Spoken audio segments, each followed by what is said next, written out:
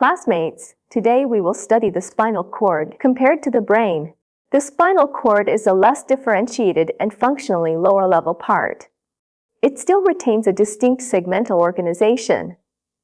The spinal cord is associated with 31 pairs of spinal nerves. The latter are distributed to the trunk and limbs. Under normal physiological conditions, many activities of the spinal cord are performed under the control of the brain. However, the spinal cord itself can also perform many reflex activities. The spinal cord is located within the vertebral canal. Its superior end is level with the foramen magnum, where it connects with the medulla oblongata. Its inferior end in adults is level with the lower border of the first lumbar vertebra. In newborns, it can extend to the level of the lower border of the third lumbar vertebra. Next, let's look at the morphology of the spinal cord. The spinal cord is cylindrical and slightly flattened anteroposteriorly. Its diameter varies along its length. It has two spindle-shaped enlargements: the cervical enlargement and the lumbosacral enlargement. The former extends from the fourth cervical segment to the first thoracic segment. The latter extends from the second lumbar segment to the third sacral segment. The formation of these two enlargements is related to the development of the limbs. The terminal end of the spinal cord tapers and is called the conus medullaris. Extending downward from here is the slender, non-neural filum terminale. 6 longitudinal shallow grooves can be seen on the surface of the spinal cord. The more distinct median groove on the anterior side is called the anterior median fissure. The shallower median groove on the posterior side is the posterior median sulcus. Additionally, there are 2 pairs of lateral sulci.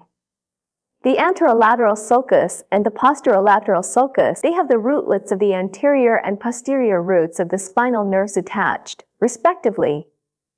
Furthermore, in the cervical and upper thoracic spinal cord, between the posterior median sulcus and the posterolateral sulcus, there is a shallower posterior intermediate sulcus.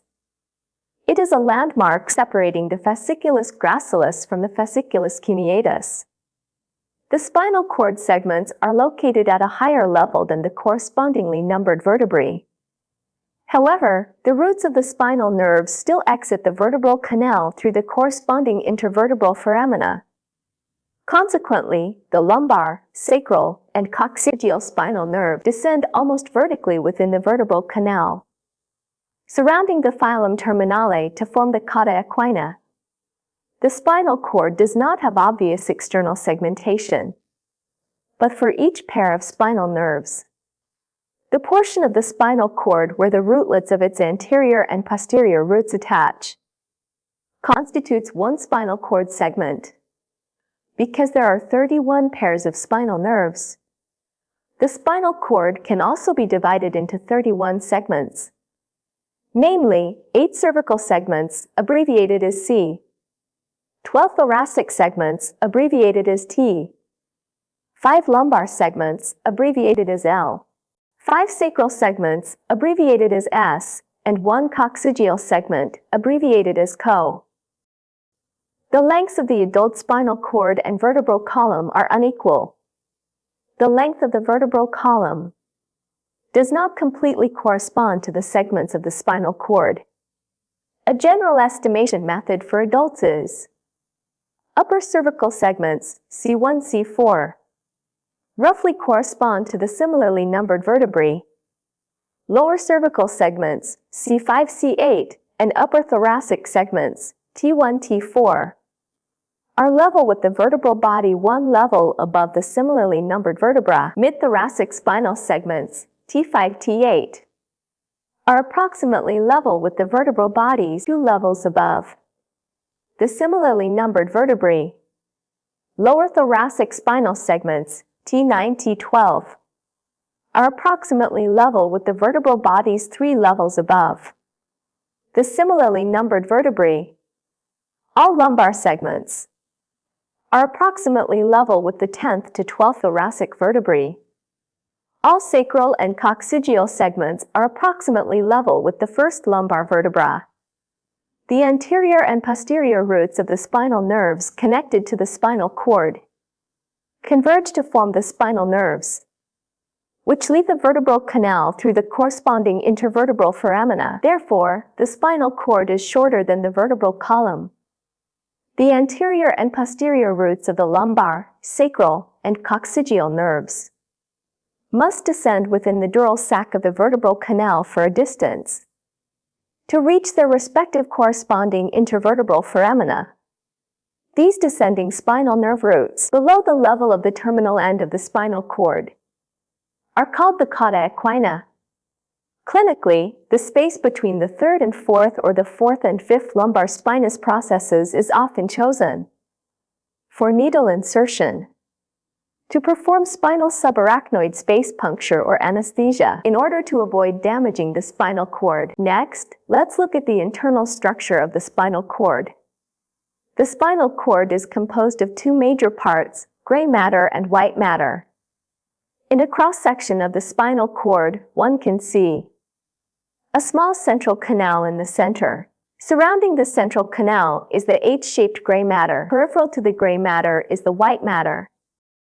The gray matter on each side has an enlarged anterior part called the anterior horn or anterior column, and a narrow posterior part called the posterior horn or posterior column.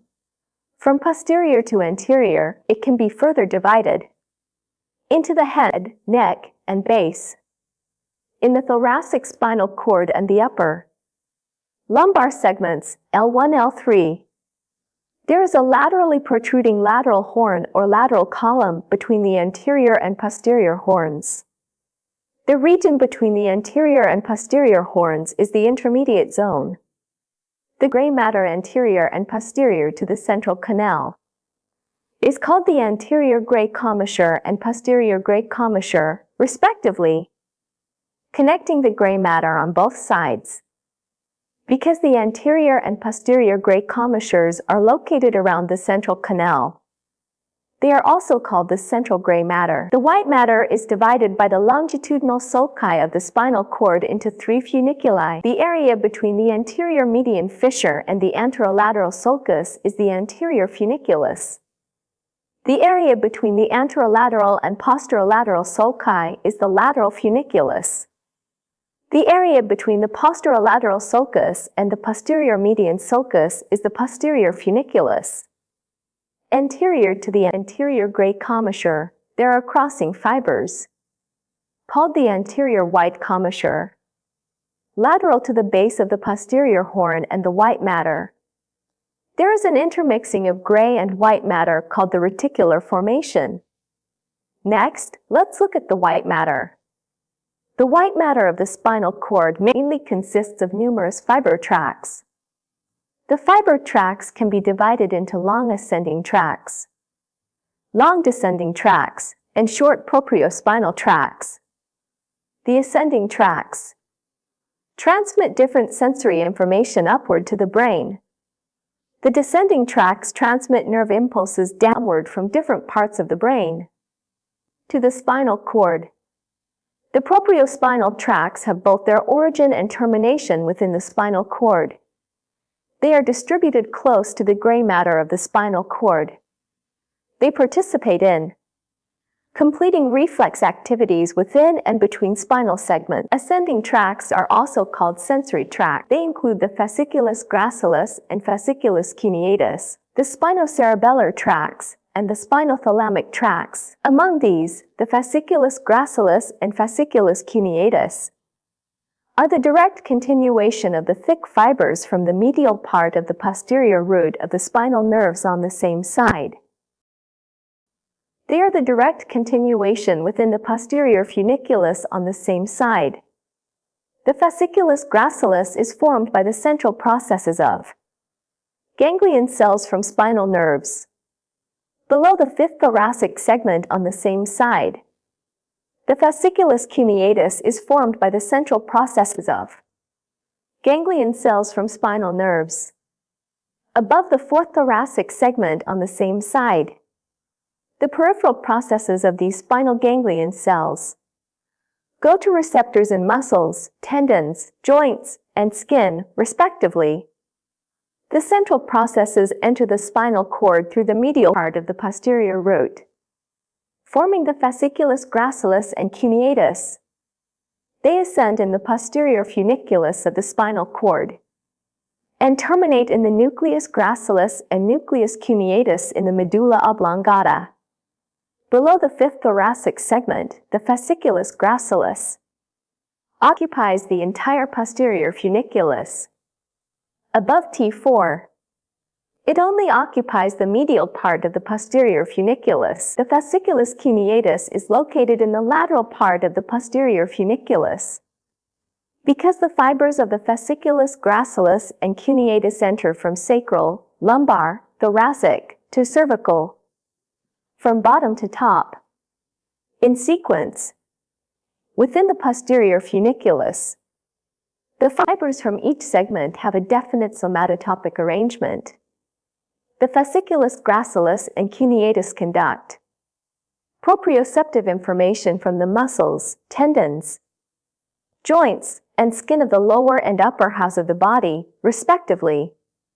Position sense, kinesthetic sense, and vibration sense of muscles, tendons, and joints, as well as fine touch sensation, such as discriminating object texture, roughness, and two-point distance, through touch. When the posterior funiculus is diseased, the information of proprioception and fine sensation cannot be transmitted upward to the cerebral cortex. When the patient closes their eyes, they cannot determine the position of their limbs. When standing, the body sways and tilts. They also cannot discriminate the shape, texture, roughness of objects, etc. The spinothalamic tract can be divided into the lateral spinothalamic tract and the anterior spinothalamic tract. The lateral spinothalamic tract is located in the anterior half of the lateral funiculus.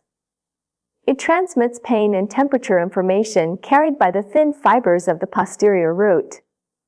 The anterior spinothalamic tract is located medial to the anterior root fibers in the anterior funiculus. It transmits crude touch and pressure sensation information carried by the thick fibers of the posterior root. Some believe its sensation is also transmitted through this tract. The spinothalamic tract mainly originates from laminae and 4 to 7 of the spinal gray matter. After crossing via the anterior white commissure, it ascends in the lateral and anterior funiculi at the same segment or 1 to 2 segments above.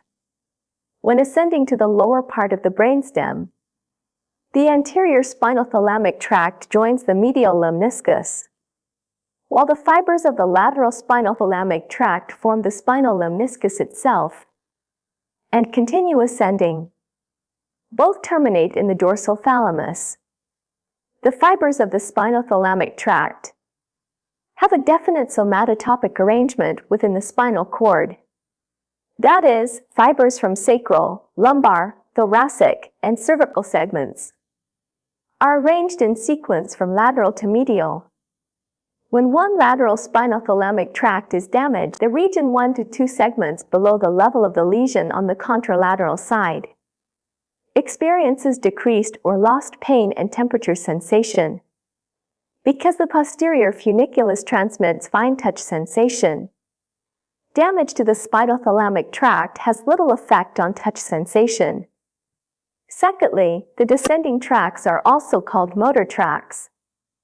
They originate from different parts of the brain and terminate directly or indirectly in the anterior or lateral horns of the spinal cord. The descending tracts that control skeletal muscles are divided into the pyramidal system and the extrapyramidal system. The former includes the corticospinal tract and the corticonuclear tract. The latter includes the rubrospinal tract, the stibulospinal tract, etc. The corticospinal tract originates from the precentral gyrus and some other cortical areas of the cerebrum. It descends to the decussation of the pyramid in the medulla oblongata.